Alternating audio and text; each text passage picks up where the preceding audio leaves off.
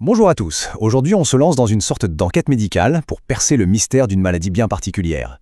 Une fièvre qui a la curieuse habitude de monter et de descendre un peu comme une vague. Son nom, la brucellose.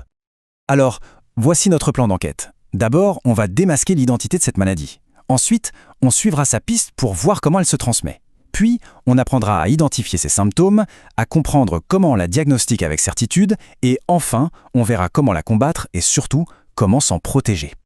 Allez, on commence. Première étape de notre investigation. Qui est vraiment ce coupable? Il faut savoir qu'il porte plusieurs masques, plusieurs noms, ce qui a longtemps semé la confusion.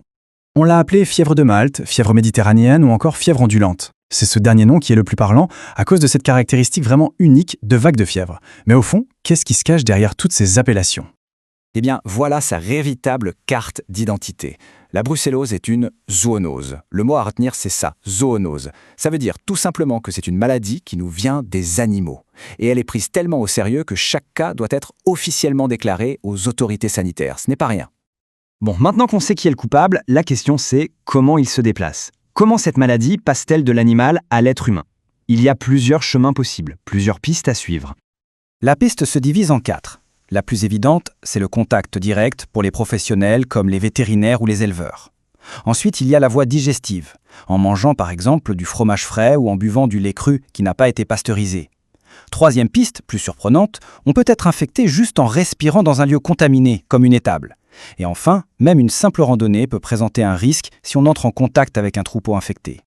Une fois que la bactérie a réussi à s'infiltrer, quels indices laisse-t-elle derrière elle? C'est ce qu'on pourra appeler l'empreinte de la maladie, les symptômes. Mais attention, au début, c'est le silence radio. Après l'infection, la maladie se développe en toute discrétion pendant 8 à 15 jours. C'est la période d'incubation. C'est seulement après ce délai que les premiers signaux d'alerte apparaissent. Et là, la maladie peut montrer 2 visages très différents. D'abord, il y a la phase aiguë, qui est souvent brutale. Une grosse fièvre qui débarque d'un coup, des sueurs la nuit, des douleurs partout. Mais si elle s'installe, elle peut devenir chronique. Et là, c'est beaucoup plus sournois, avec une fatigue écrasante et une petite fièvre qui ne part jamais vraiment. Et parfois, l'infection ne reste pas générale. Non, elle peut décider de se fixer sur une seule partie du corps. On parle alors de forme localisée. Ça peut toucher des articulations comme le genou, le système nerveux ou même d'autres organes comme les poumons ou le foie. Les symptômes, c'est une bonne piste. Mais en médecine, il faut des preuves formelles. Comment les médecins font-ils pour être absolument certains que le coupable est bien la brucellose? Pour ça, ils ont toute une boîte à outils. On peut essayer de cultiver la bactérie directement à partir d'un prélèvement de sang ou d'une biopsie. C'est la preuve la plus directe. On peut aussi chercher les anticorps que le corps a fabriqués pour se défendre, grâce à un test sanguin comme le sérodiagnostic de White. Et enfin, un test cutané peut aussi aider à confirmer le diagnostic. Ok, l'enquête est bouclée, le coupable est formellement identifié, il est temps de passer à la riposte.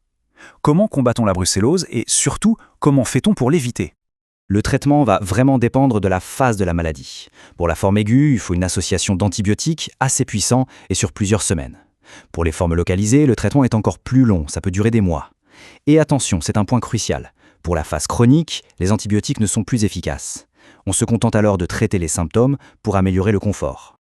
Finalement, la meilleure arme, c'est de ne jamais attraper la maladie. La prévention, c'est le bouclier. Elle repose sur 3 piliers.